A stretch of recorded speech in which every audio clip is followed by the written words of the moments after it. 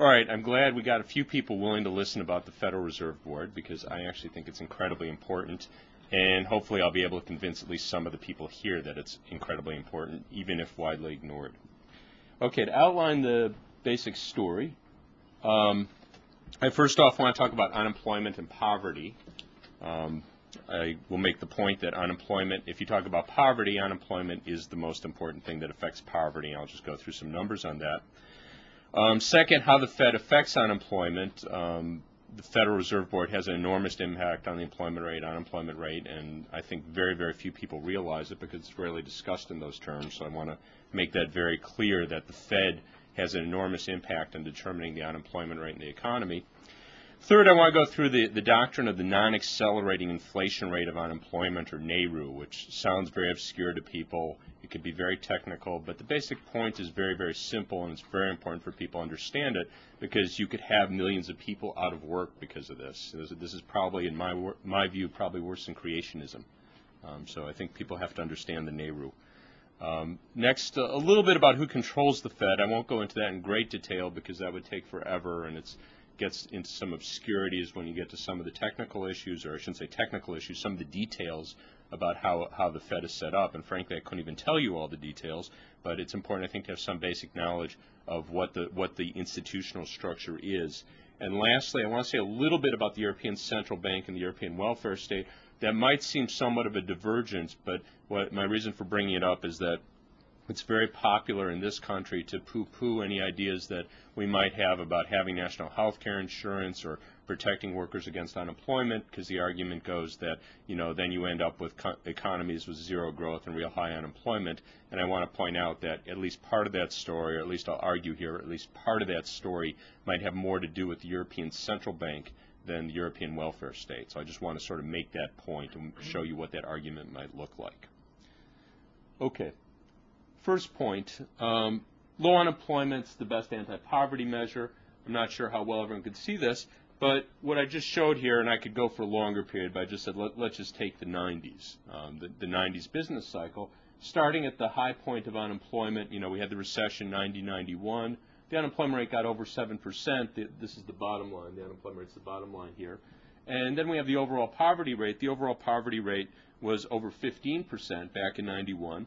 And then it goes on a straight downward path along with the unemployment rate. So what does the unemployment rate do through the 90s? It continually falls through most of the decade. And I'll come back and we'll talk a little bit more about the sequence here. But basically it's falling through most of the decade, so that by the end of the decade in 2000, the unemployment rate is just down at 4%, which actually was the lowest unemployment rate we had since the late 60s. So it was the lowest unemployment rate in 30 years. And right alongside that, the poverty rate went down. So the poverty rate at the end of the period was 11.3%. Okay, so we had almost a full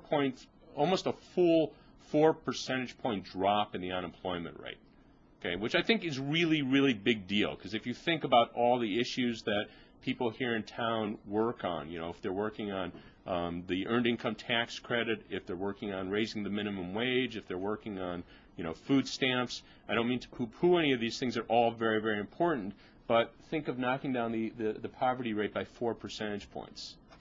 Okay, certainly none of those individually will do that. Okay, so that's my reason for saying that getting the unemployment rate down, and I'm going to tie this to the Fed, but getting the unemployment rate down is the best anti-poverty measure we could think of. Now the top two lines, which you can't really see at all, or at least you can't see very well, top two lines are the poverty rate for Hispanics and the poverty rate for African Americans. And you can see both of those are a lot higher, obviously, than the overall unemployment rate. So you're starting off with unemployment rates for African Americans and Hispanics that are, in the case of Hispanics, just under 30%, about 29% at the beginning of the period. In the case of African Americans, we're looking at about 32% at the beginning of the period. And look at what happens to those over the course of the decade. They fall to just a little bit over 20%. They fall by close to 10 percentage points in both cases. Okay, that's an incredibly large decline in the poverty rate for African Americans and Hispanics. And again, think of the different policies that, again, important policies, but, can you talk about knocking down the poverty rate for African Americans by 10 percentage points with any sort of plausible increase in food stamps, child care supports, whatever you might put in that list? It's very, very hard to do. So when you could do this by getting the unemployment rate down, That's why I'd say this, if you care about poverty, you have to care about the unemployment rate, and I'm going to tie this to the Fed in a minute, but the point is this is a huge deal. Okay, this is just restating what you saw on the graph, that we started the decade with a 7% unemployment rate, 15.1% poverty rate. It falls to 11.3% by the end of the decade, and again, for African Americans and Hispanics, the poverty rate falls by almost 10 full percentage points. Okay, unemployment, second point about unemployment, it's very important to realize unemployment is not born equally. So what I've contrasted here is the unemployment rate in 1994 and 2000, and I'll come back, you'll see why I picked 1994. That has great importance in this story. But the unemployment rate overall, year-round average, was 6.1%. Okay, so the average unemployment rate for everyone in the economy was 6.1% in 1994. It was 4% when we got to 2000. Again, year-round averages. Okay, what does that look like for blacks, for African Americans? It's 11.5% in 1994. Okay, it's when we get to 2000, it's down to 7.6%. Still a high unemployment rate, but obviously a huge difference. It's down almost 4 full percentage points. Okay, Hispanics, we're looking at an unemployment rate that's 9.9% in 94, and that falls to 5.7%. Again, a drop of, well, in this case, a little bit more than 4 full percentage points. Okay, and in the case of black teens, we see a decline of from 35%. The unemployment rate in 94 is 35% for black teens, and it falls to 24.3%. Again, it's a very, very high unemployment rate, but think of the difference that is. It's a fall of 11 percentage points in the unemployment rate. So it's a huge difference in terms of your prospects of finding a job if you're a black teen from 2000 when the overall unemployment rate is 4% compared to 94 when the unemployment rate is 6% or 6.1%. Okay, just as a rule of thumb, these turn out to fit remarkably well, and I don't know anyone who's really done any sort of, there's not any good explanation for it. In other words, I don't know, like, it's not like anything in the Bible or anything that, these have to hold true, but they do hold true, or remarkably close to true most of the time. So as a rule of thumb, the unemployment rate for African Americans is twice the overall unemployment rate. So just going back to the numbers I had before, we had, well, I'll go back to the numbers I had before. We had 6.1% unemployment rate in 94, 11.5% for African Americans. When we go to 4%, it's 7.6%. So it's roughly 2 to 1. Okay, for Hispanics, it's roughly 1.5 to 1, 9.9 versus 6.1, 4 and 5.7. For black teens, it's roughly 6 to 1. Okay, so you see that when we're 6.1, it's 35.2. When we're down at 4% in 2000, it's 24.3%.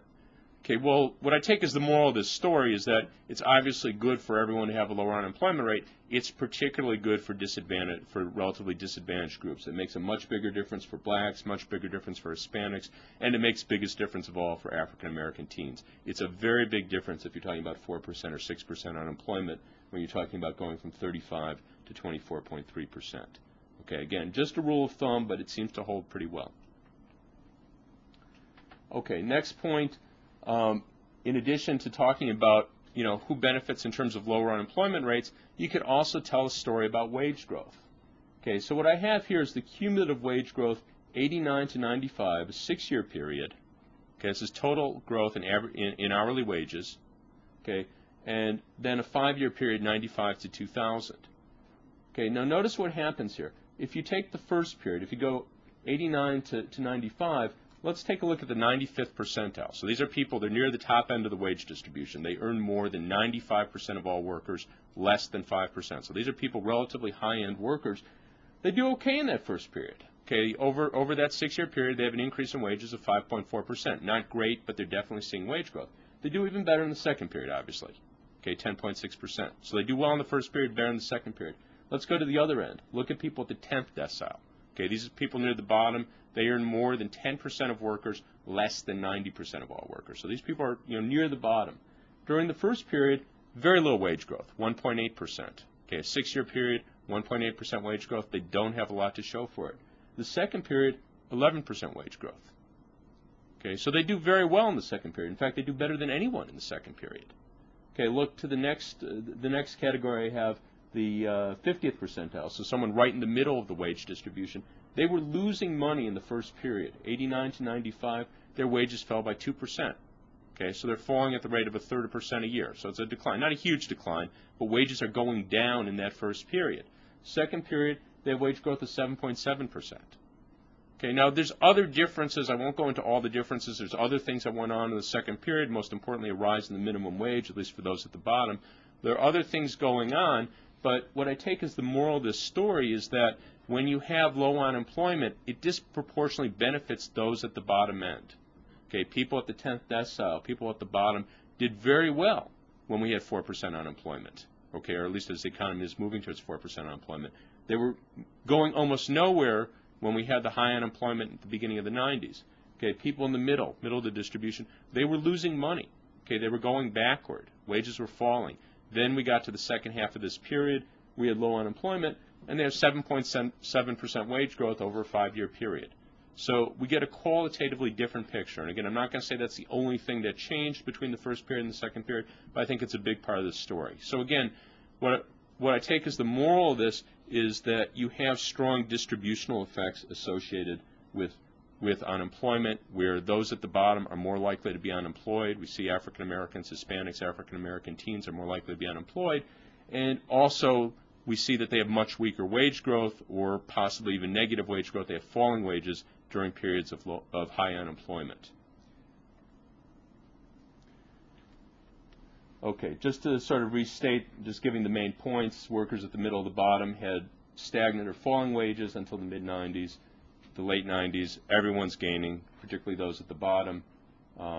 And also, let me say a little bit about the last point. We're picking up wage growth there.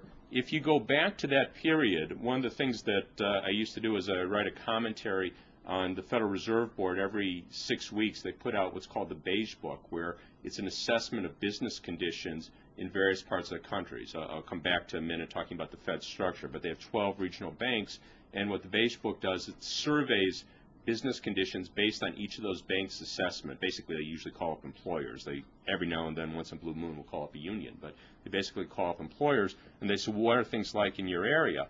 And if you go back to 99 and 2000, when the unemployment rate was very low, it was great reading this, or it was great for me to read this, because the employers were very upset. They were complaining, other employers are poaching workers. I actually use that term, that they're poaching workers. We're really upset that, we have someone coming in taking our workers, that we have to offer child care. I remember once they're complaining that in some cases they even have to make arrangements because some people have, they have ill relatives, spouses, parents, and we have to accommodate that. So when you have a period of low unemployment like we had in 99, 2000, then employers actually have to fight to get workers, even at the low end. So even if you're the Hilton Hotel and you need people to work in the restaurant or be custodians or whatever, it's hard to find people when the unemployment rate gets low. So what that means is you have to try and accommodate them. If they have kids, you have to try and make arrangements so they get flexible hours and deal with their kids' child care. Maybe you provide child care yourself. They were actually doing that to some extent in 99, 2000. I don't want to go off the deep end. It wasn't utopia. Most of us lived through that period, so we know it wasn't great, but it was qualitatively different in 99, 2000 in terms of workers' bargaining position than in what it was, say, in 94, what it is today. It makes a very, very big difference, particularly those at the bottom. Okay, how does the Fed affect the unemployment rate? Okay, well, first off, most immediately what the Fed affects is the short-term interest rate. And if you read in the paper, I guess it was yesterday, Tuesday, the Fed raised the short-term interest rate. What they most immediately control is a very short-term interest rate. It's called the federal funds rate. I won't go into the great detail on this, but basically it's the rate at which banks lend banks money overnight. It's sometimes called the overnight money rate. It's a very, very short-term interest rate. That's most immediately what they control. Okay. Okay, what does that do? Well, I should just say a little bit. I'll jump on this, but the Fed also has some other tools which they much more rarely use. They do control a number of bank regulations. They also control the margin requirement. People occasionally buy stock on the margin. Sometimes, you could buy stock and only put up half the money. That's another thing that they control. They do have some other power, but their main tool that they've been using has been the short-term interest rate. Okay, the short-term interest rate has some effect on business activity directly because you have firms that are borrowing from banks, and what happens is when the short-term interest rate rises, if you imagine, General Motors has a line of credit that might vary month to month or even day to day. If the short-term interest rate goes up, the cost of that credit goes up as well. Also, you have some loans, for example, car loans. Some car loans are tied to short-term rates. You have some loans in the economy that are tied to short-term rates. The more important issue is longer-term interest rates. Long-term interest rates don't respond consistently to short-term interest rates, but as a general rule, higher short-term interest rates mean higher long-term interest rates. Okay, I'll come back and talk about that in a minute, but as a general rule, and what Greenspan certainly has been trying to do, he's been raising the long-term interest rate for about a year and a half now. It was just 1% back in June of 2004. Today it's 4%. What he's been doing is raising the short-term rate with the hope of raising the long-term rate.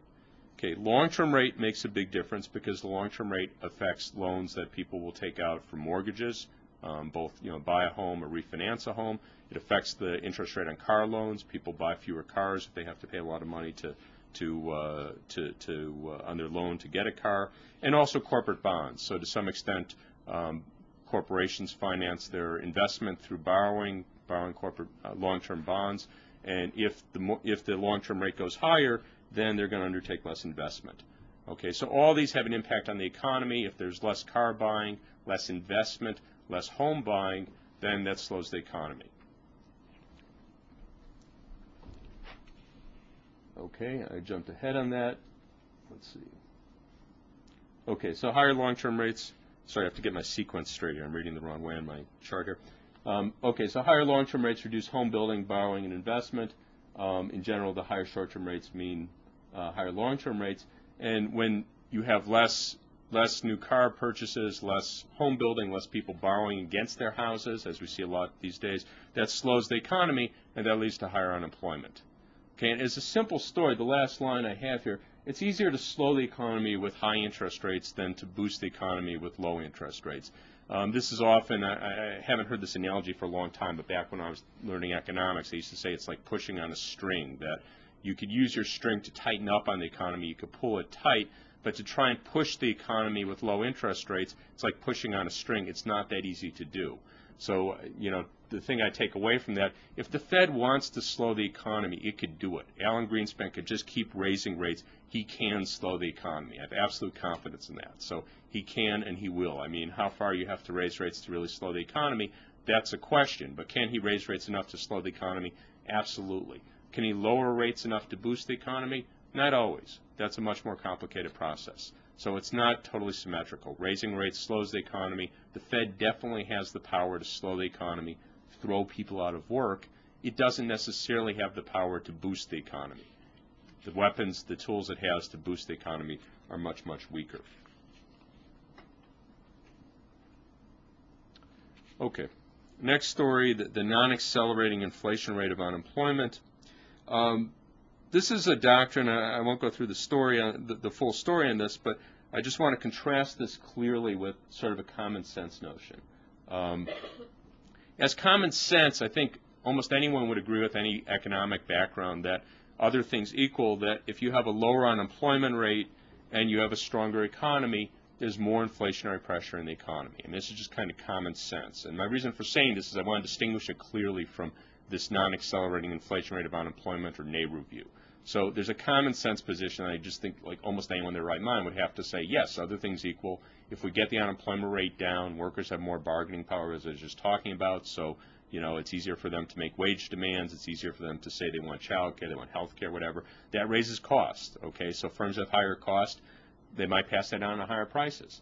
Okay, they're in a better position to pass it on at higher prices if the economy is growing rapidly and there's low unemployment. So other things equal, is there more inflationary pressure when there's low unemployment than when there's high unemployment? There almost has to be. How could there not be? Okay, so there's a common sense view that, I think is pretty hard to challenge, that other things equal, if you get lower unemployment, there's more inflationary pressure than if there's high unemployment. It doesn't mean you have runaway inflation. So it doesn't mean if the unemployment rate today is 5.1, if we'll get the numbers tomorrow, if we hear it's 4.5, it doesn't mean inflation is going to go through the roof. It just means other things equal, there's more inflationary pressure than if we were to go to 6. We'll get the number tomorrow. I'm more likely to go down than up. That's my bet. Okay.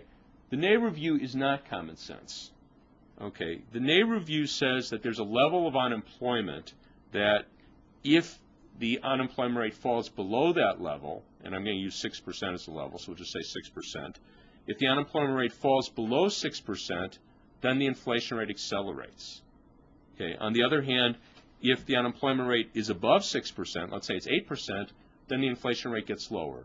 Okay, so inflation will get lower. So just to take some simple numbers, the story is if we have a 6% NAIRU, if the unemployment rate is instead of 6%, say it's above 6%, say the unemployment rate is at 8%, well, if inflation is 3% this year, we're going to expect the inflation rate to be lower next year. Okay, we're above NAIRU. We're above the non-accelerating inflation rate of unemployment, so the inflation rate is going to fall. It's going to go from 3% this year to 2% next year, maybe 1% the year after that.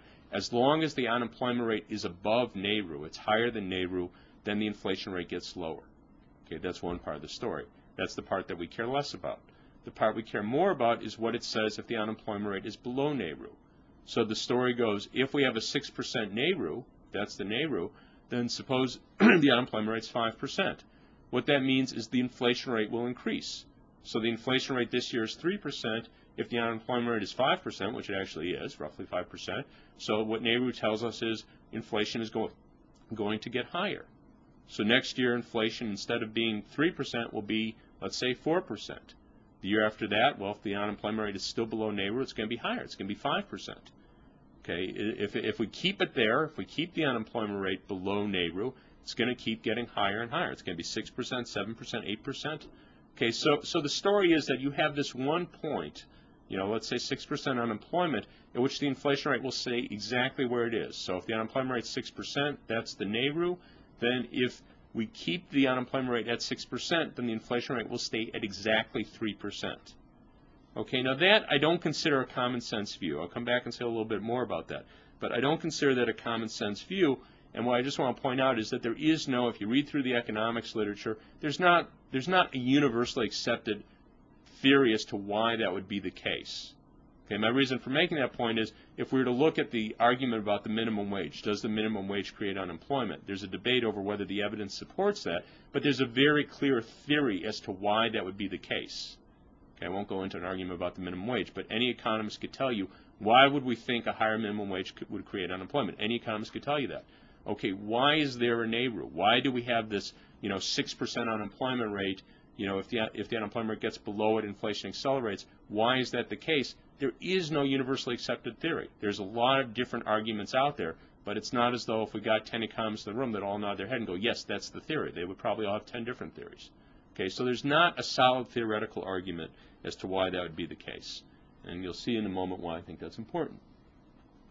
Okay, statistical evidence. There is statistical evidence for this. So if you go back prior to 1994, there was a pretty good body of statistical evidence. I got to know it very well from having played with it. There was a pretty good body of statistical evidence that said that if the unemployment rate fell below 6%, you'd have accelerating inflation. If it went above 6%, you would have lower inflation. You'd have falling inflation. So there was a pretty good statistical fit there. So it wasn't that everyone accepted why that would be the case, but the evidence seemed to indicate that it was the case. Okay, and in terms of the profession, the vast majority of economists believed in a 6% NAIRU. And I'm being a little loose here because if you said 6%, the actual range probably would have been about 5.8% to 6.4%. Okay, when I'm saying this, the vast majority of economists, I'm actually understating it. Paul Krugman, that most of you probably have heard of, and these days he's a friend and ally, and I really appreciate his writing in the Times. But back in 1994, or I should say it was actually 95, he wrote the piece. He wrote a piece called Voodoo Redux, and he was commenting on the NAIRU. And he said that the economists who don't believe in the NAIRU, he compared them to the scientists who questioned the existence of a hole in the ozone layer. He said they were politically motivated hacks. Okay, so that's, again, Krugman, I think he's moved a little bit to the left from those days, but, even then, certainly he was on the liberal side of the profession. It was a widely held view. If you differed with that, you were in a tiny minority. Okay, next part of the story. Okay, the importance of the NAIRU. Well, if you believe that there's a 6% NAIRU, then there's a real strong argument to not let the unemployment rate go below 6%. Okay, so if you believe there's a 6% NAIRU, what does that mean? Suppose we let the unemployment rate go to 5%. Okay, well, what that means is the inflation rate will continually rise. We don't necessarily care if the inflation rate rises from 2% to 3%. Maybe that's not a big deal. But if we think that the inflation rate will continue to rise, well, eventually it will be a big deal. Okay, so it rises to 5%. We leave the unemployment rate below NAIRU. After a while, it's 6%. After a while, it's 10%. And pretty soon, you have, German-type hyperinflation, from post-World War I. That's, I don't know if people are familiar with that analogy. That's what we always used to use. I wasn't alive then, but that was the analogy, that you had worthless money, because the inflation rate had just gone through the roof. It's 1,000%, 10,000%, whatever. Your money becomes worthless. So no one wants that. So the argument goes, well, if you don't want inflation to go through the roof, then what you have to do is keep the unemployment rate from going below NAIRU. Okay, so this argument was used in the mid-90s, and this is why I focused on 1994, because as you saw, the unemployment rate for 1994 averaged 6.1%. Okay, well that was, as I said, the accepted NAIRU at the time. And if you look at what actually happened in 1994, well, Alan Greenspan raised interest rates from 3% in February of 94 to 6% March of 1995. And the reason he did that was because he believed in the NAIRU. Okay, like most economists, he accepted the NAIRU, and he raised the interest rate in order to keep the unemployment rate from falling below what was accepted as the level of NAIRU at the time. So he deliberately tried to slow the economy, deliberately tried to keep people from getting jobs because he was worried. He believed in this NAIRU doctrine that if the unemployment rate fell, then inflation would start to escalate, would get higher, and we'd have this big problem. So it wasn't just the theoretical story, he actually did it. Okay, well, I trashed Greenspan, now to praise Greenspan. And this is why I do plenty of trashing on Greenspan, but this is something he did that was very, very impressive. Summer 1995, the economy began to slow. We had weak growth, but the unemployment rate was still below NAIRU. The unemployment rate is about 5.7. So if you go back and you look in the summer of 95, June, July, August, the unemployment rate was 5.6, 5.7. So it was at the low end, if not actually below what was the widely accepted range of NAIRU. Okay, so what did Alan Greenspan do in the summer of 1995? He saw the economy was slowing. He saw that there was no evidence of inflation. Okay, we're below NAIRU, but there's no evidence of inflation. Okay, so he said, all right, why don't we lower interest rates? Okay, and he let the economy continue to grow and let the unemployment rate fall. And what happened over the next 5 years, this is, what I think Greenspan deserves an incredible amount of credit for, that he allowed the unemployment rate to fall to 5% by 97 and 4% in 2000. Okay, that was really a very, very impressive thing that he did. That was really at odds with the mainstream of the profession, and I think it's probably fair to say that most people, most economists, had they been in his position, most mainstream economists, would not have let that happen. Okay, so Greenspan really stepped out of bounds, and I made this point about the opposition of the profession. Clinton's appointees to the Fed, I love to argue with, people are big fans of Clinton and the great things in the administration. I go, well, guess what? Had your people really been running the show, I mean, Clinton reappointed Greenspan. He was originally a Reagan appointee. He's a Republican. Had your people been running the show, they would have raised interest rates. They wouldn't have let the unemployment rate fall to 4%. They argued with Alan Greenspan, Janet Yellen and Lawrence Myers, two very good economists. I mean, they've done some good work. Two very good economists. They argued with Alan Greenspan. They said, you can't let the unemployment rate fall. You have to raise rates. If you let the unemployment rate fall, you're going to have inflation. So those were the Clinton appointees. Okay, I don't know if they were calling up Clinton and asking for advice, but the point was Clinton could have appointed people who he knew would let the unemployment rate fall. He didn't. He didn't do that. He either didn't care, didn't think about it. I don't really know. But the point was Alan Greenspan being sort of this quirky figure, non-dogmatic, certainly not a dogmatic figure, he let the unemployment rate fall. One last point I'll just make on Alan Greenspan, just sort of a gratuitous sidebar, because there's all this praise Greenspan stuff. If you go back to that period, people say that Greenspan recognized this productivity upturn that wasn't showing up in the data. I won't go into any detail on that, but I'll just say that that's nonsense. Greenspan was wrong on that. I don't know whether he knew he was wrong. Greenspan says a lot of things that I think he knows are nonsense because people just write them down and repeat them. But that particular point, that he saw things that weren't in the data, therefore he thought the economy can grow faster, it's literally nonsense. And if you want during questions, I could tell you why. But that's not something that was, I mean, if you had to make up a story in order to justify letting the unemployment rate fall, fine. But but the point was that was nonsense. Okay. Okay, second point on Greenspan moment, just to sort of sum up the story, we should have seen a big increase in the rate of inflation. If the NAIRU story was right, if 6% unemployment was the NAIRU, we should have seen a big acceleration of inflation over the years, 96, 97, 98, 99, as the unemployment rate fell, as I said, not just below 6%, but eventually below 5%, down to 4%. There were even some months in 2000 where it was below 4%, 3.9% unemployment for a couple of those months. There was no evidence. You'd have to really beat up the data. There was really no evidence of an acceleration of inflation. You get a little bit in 2000, but that more than anything was due to rising energy costs that I don't know anyone who's tried to blame that on low unemployment in the United States. So the story, I like to point this out, the story, the prediction was wrong. My reason for emphasizing this, a moment earlier I said there was no theoretical basis for the NAIRU, or universally accepted theoretical basis. So it's not like the minimum wage. It's not like the minimum wage where we all tell you, here's why we think if you raise the minimum wage there'll be unemployment. There's no accepted theoretical basis for the NAIRU. It turns out there's not statistical support for it either, because we had a pretty good test. We were below the NAIRU for 6 years, and there was no acceleration of inflation. So it's sort of I kind of like to say, okay, we have a theory with no good theoretical foundation, no good statistical support. What's its status? If we were trying to argue it, we'd be laughed out. Okay. Last point: if Greenspan, if the conventional economists had their way, this never would have happened. Okay. So if the Clinton appointees had their way, we wouldn't have had the low unemployment, the strong growth of the late 90s. It was entirely because, we had Greenspan prepared to differ with the mainstream. I should also point out, I like to put myself, I wasn't by any means the only one. There's a few other people, Jamie Goldbraith, Barry Bluestone, a few other economists you could point to. We were right. We were arguing against the whole profession, but, the politically motivated hacks in this case were right. Okay, they were wrong. Okay, a little bit about who runs the Fed. Again, I don't want to get into great detail about the details of the Fed trivia, but just the basic story. The people who determine, I keep saying Greenspan lowered the interest rate. He doesn't literally do it. What happens is every 6 weeks, and we just had one of these meetings earlier this week, every 6 weeks there's a meeting of what's called the Open Market Committee, and that consists of 7 governors who are appointed by the president, approved by Congress. Greenspan is the chair, but he's one of those 7 governors. There's 6 others. And in principle, they serve 14-year terms.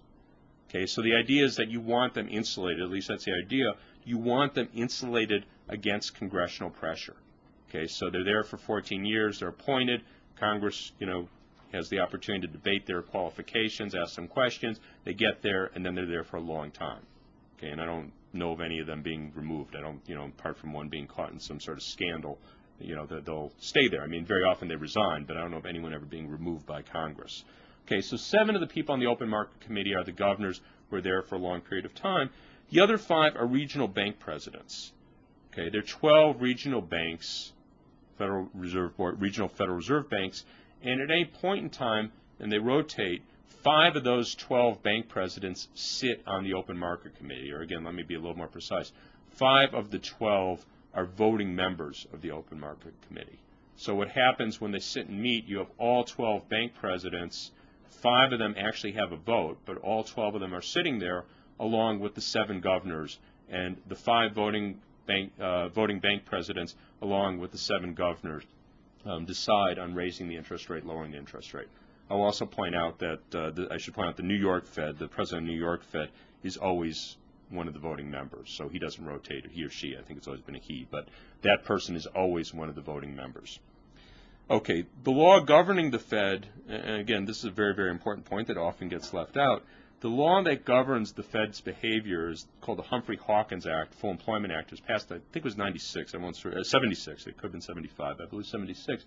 And it specifies the Fed's goals are pursuing price stability and full employment, which is actually defined in that law as 4% unemployment. Again, my reason for emphasizing this is that you'll see this. If you read the discussion around the appointment of Greenspan's successor, Ben Bernanke, there's a lot of articles that simply say the Fed's obligation, its goal or whatever, is price stability. Wrong. Wrong. There's a lot of people who want it to be price stability. They think that the only thing the Fed should worry about is inflation. But that's not the law. Okay? The law says that the Fed's mandate is to pursue price stability and 4% and full employment defined as 4% unemployment. Okay, that's a very, very important point, that it's not just price stability. People might want to interpret it that way, but that's not, in fact, what its goals are.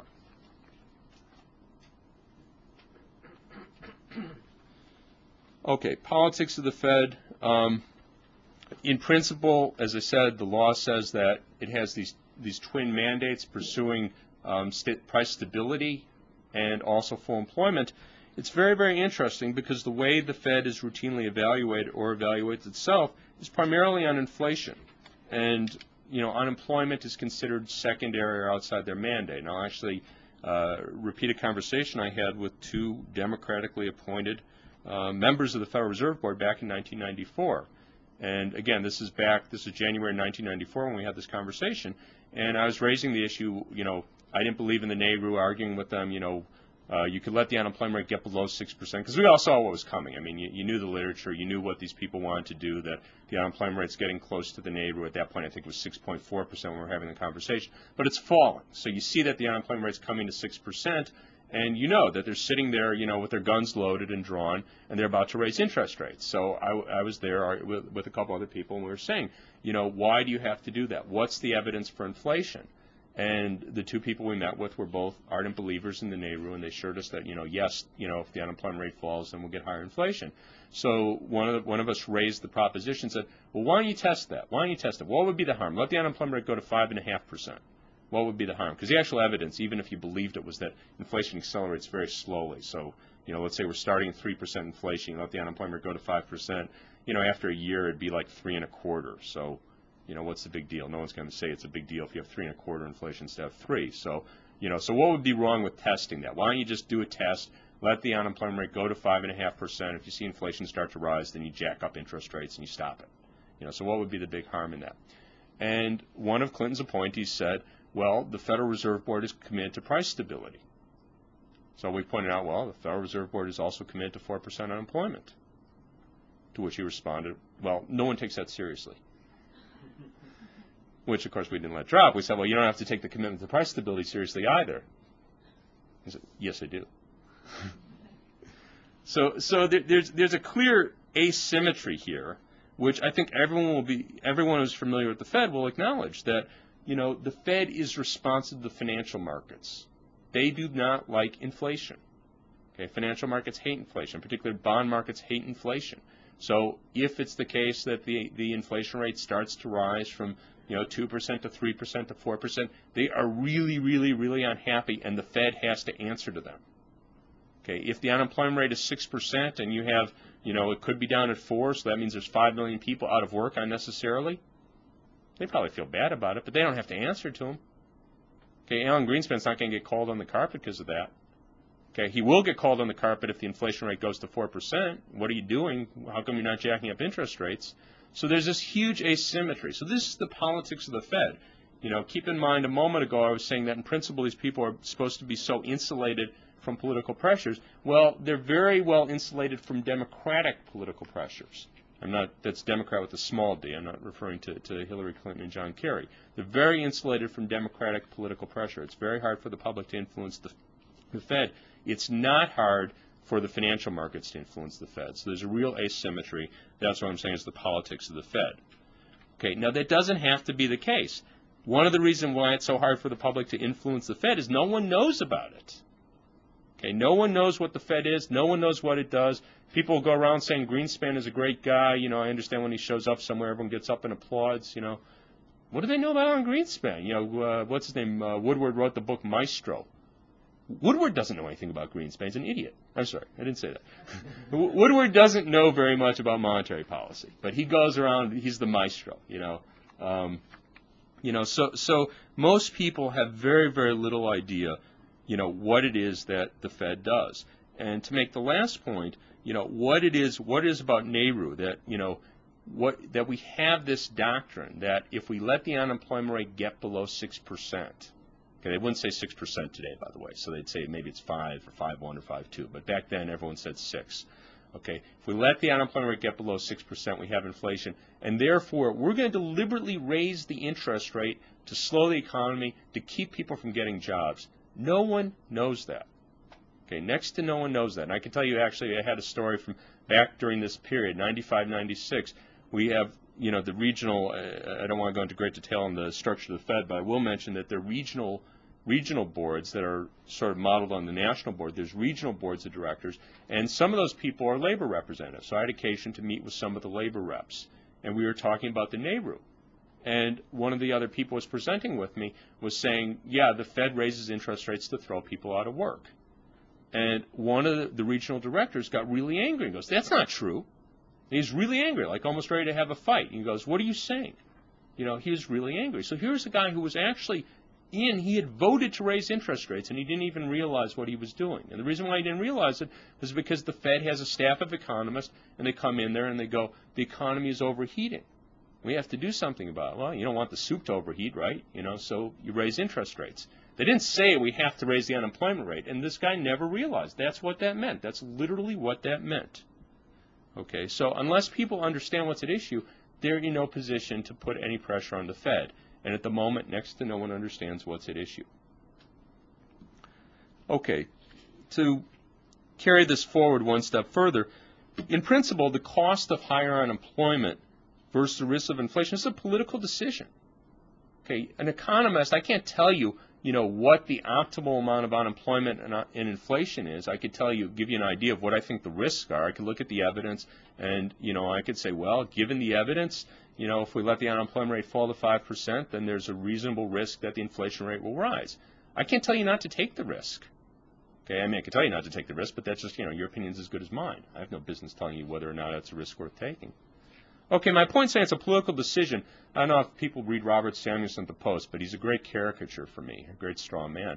Because he had a piece a couple weeks ago talking about, we now realize the importance of inflation. We have to bear the costs. Okay, think back to what I had earlier. Who gets unemployed? Is Robert Samuelson going to get unemployed? Is his kids going to get unemployed? Any of his friends going to get unemployed? Relatives? Almost impossible. He's not at risk of unemployment. Who's going to risk being unemployed? Well, you're going to have a lot of poor people, a lot of African Americans, a lot of Hispanics, people with less education. They're the ones who are going to get unemployed. So what Robert Samuelson is saying is, I don't like inflation. I want those poor people to bear the cost of keeping inflation down. Okay, well, that's I'm sorry, a political decision. Robert Samuelson doesn't get to make that decision for us. Okay, so that's a hugely political decision, and that should be made in public. No one even recognized the decision is made, though. Okay, and again, just to step back, I'm not saying that, we should have Congress deciding interest rates, but certainly Congress has every reason in the world that when Benjamin Bernanke or anyone else is appointed to the Fed, they ask them, well, what's your view on the inflation trade-off between inflation and unemployment? Okay, I'm perfectly fine with the person being there for 14 years, but let's know their views, just like a Supreme Court justice. Let's know, how they approach these things. Perfectly reasonable. Doesn't mean in any specific case we know exactly what they'll do, but it's a perfectly reasonable thing. How do you think about this? Okay, a perfectly reasonable thing. And it's in general never even raised. Okay, the next point I want to make on this, I've already been sort of hitting on it. We have this discussion. The media doesn't even talk about these terms. I already gave you the analogy of overheating, but you'll see it all the time.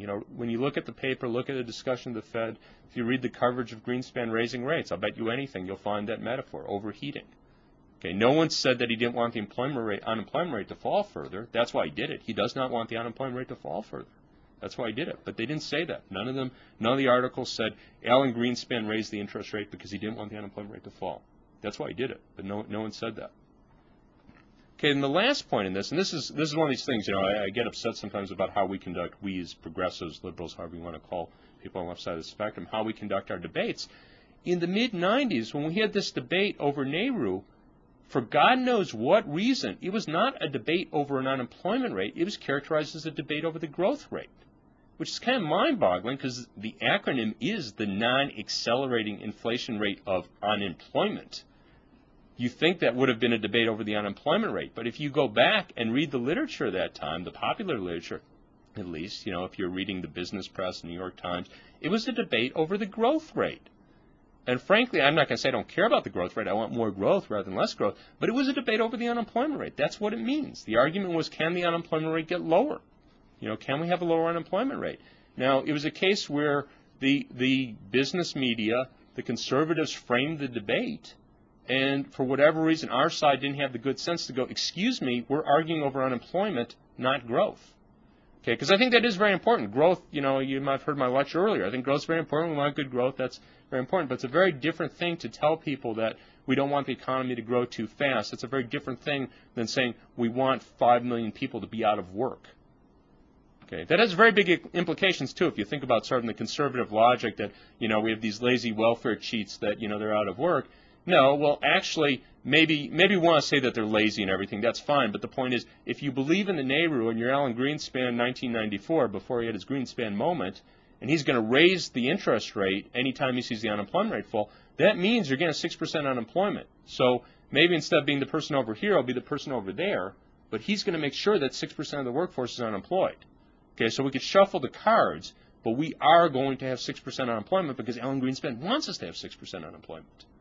Okay, so it's a very different thing. It's not an individual's fault, or you could say, well, maybe they should have worked harder so someone else could have been unemployed. But we know that if you have a 6% NAIRU and the Fed's acting on it, that you will have 6% unemployment. Okay, so we got to frame these debates right. Okay, just a couple things on the European Central Bank. And again, I raise this just because, you know, we constantly have people telling us, you know, we can't, you know, if we, you know, we want health insurance, that's nice. We want employment protection and job, that's nice. We want decent pensions. But if we have that, we're going to have real high unemployment. You know, so we don't want to be like France with, you know, 10% unemployment, Germany with 9%. We don't want to do that. And it's more complicated than that because you have countries like Denmark and Sweden that have unemployment the same as ours. But that aside. Okay, European Central Bank, I'm going to say, is at least part of the story here. And I'll just make some very basic points here that I think even if I had someone from the conservative end of the spectrum, they'd have to agree with me. First off, what is the European Central Bank? European Central Bank has a goal just of price stability, and that's defined as maintaining 2% inflation, or keeping inflation under 2%. They have a 2% inflation target. Okay, so they aren't even, I was making this point that the Federal Reserve Board is committed to having both low price stability and also full employment. The ECB has no pretensions of being committed to full employment. They're committed to price stability, 2% inflation. They don't care about the unemployment rate. I should also mention that this has come up a little bit in the context of Bernanke because he's written a lot, you know, Greenspan's appointed replacement. He's written a lot on the idea of inflation targeting, which is exactly what the European Central Bank does. And again, just to make no bones about it, you might think it's a good policy, but what that means is you just focus on inflation. You don't pay attention to unemployment. So if you're really inflation targeting, what that means is you go, what's the inflation rate? Is it above 2%? We have to bring it down. Is the unemployment rate rising? We don't care. We're focused on inflation. So if you're really inflation targeting, that's what it means. And that's what the European Central Bank does. Okay, second point, it's had a more contractionary monetary policy of the Fed. What I mean by that is it's generally had much, much higher interest rates than the Federal Reserve Board. And just to give you an idea, back in 2001, the economy went into a recession in the United States. We started out that period, the federal funds rate, the overnight money rate that Greenspan controls, was at 6%. He brought that down to 1%. He was very, very aggressive in bringing down the interest rate. More aggressive, really, than I think anyone, including myself, expected him to be. And I think that was the right thing to do. He brought down interest rates very quickly, far more than anyone expected. Okay, Europe also went into a recession. Okay, Europe also had a recession that period. They started the period, their rate set by the European Central Bank, the equivalent of the federal funds rate, was at 4%, and went down to 2%. Okay, they were much slower in lowering interest rates, and they didn't lower them anywhere near as much as the Federal Reserve Board. Okay, now, there's reasons one could give as to why they didn't lower interest rates more, but I just sort of take a very, very simple point here that had the Fed used the same monetary policy that the European Central Bank did, in other words, suppose Greenspan never lowered the federal funds rate below 2%, never lowered it to 1%, lowered it to 2%. I don't know any economist who wouldn't say that the economy wouldn't have grown as rapidly, or would have grown as rapidly, I'm sorry. So, in other words, if the Fed had followed the same monetary policy as the European Central Bank, we wouldn't have had as much growth as we did in the period 2002, 2003, 2004, and we would have had higher unemployment. I don't know any economist who would differ with that. Okay, so what I would like to just suggest here, I'll just jump ahead to my next and last slide, that it's reasonable to believe that the relatively contractionary monetary policy of the European Central Bank has at least contributed to high European unemployment. So I won't mean to say that, the whole story. Why does Germany have 9% unemployment? Actually, if you look at former West Germany, it's about 7%, so it's not that hugely different from the United States. I wouldn't say that the only reason is the European Central Bank, but I'd just say it's at least part of the story. It's reasonable to believe it's part of the story. Also, the second part, we have people constantly saying that they can't possibly maintain these welfare states. Well, part of the reason why they say they can't maintain, the welfare state is that when you have high unemployment, you run larger budget deficits.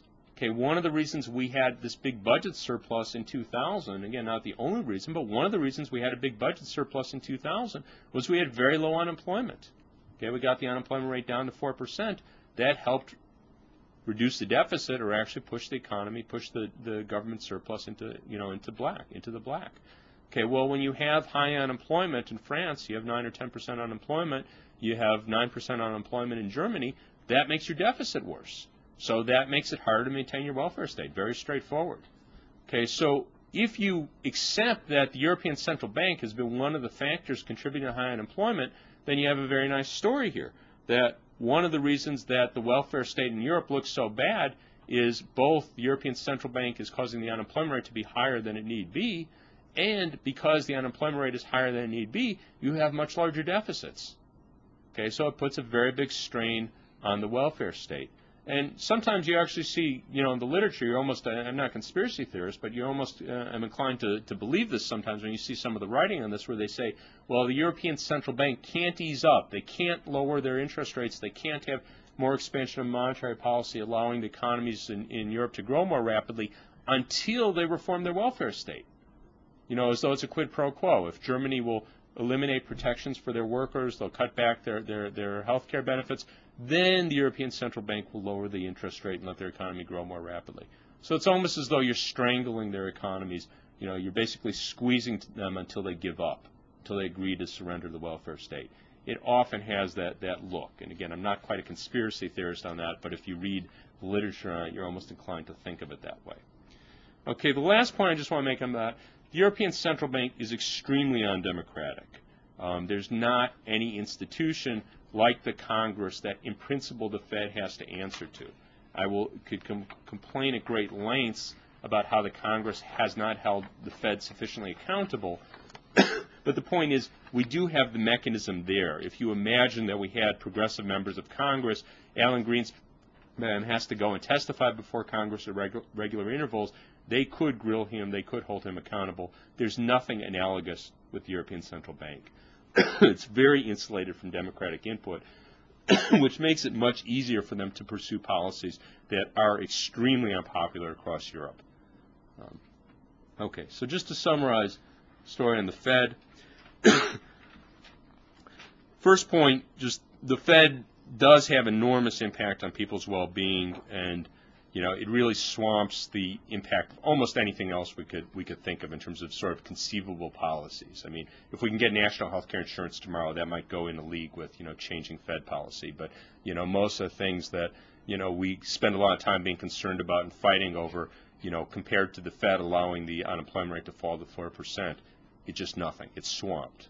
Okay, I don't mean to discourage anyone from working on those things. I just say it's much, we got to pay attention to the Fed. Second point, the Fed does affect the unemployment rate. Again, reading the media, particularly the business press, they don't want you to know that. Okay, you don't get that from reading the media. It is true.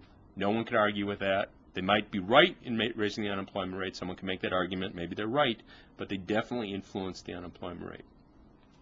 Okay, third point, the Fed is not the market. Again, I hate this framing when, we get told, there's the conservatives out there who like the market, and then there's those of us kind of lefty types who want the government. Well, the Fed is the government. When the Fed raises the unemployment rate, that's not the market raising the unemployment rate. That's an agency of the government is raising the unemployment rate.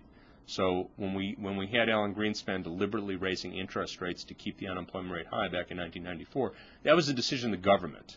Okay, and again, keep in mind that was a decision that meant that people, Hispanics, African Americans, people with less education, that they will get unemployed so that Robert Samuelson could be happy that inflation is low.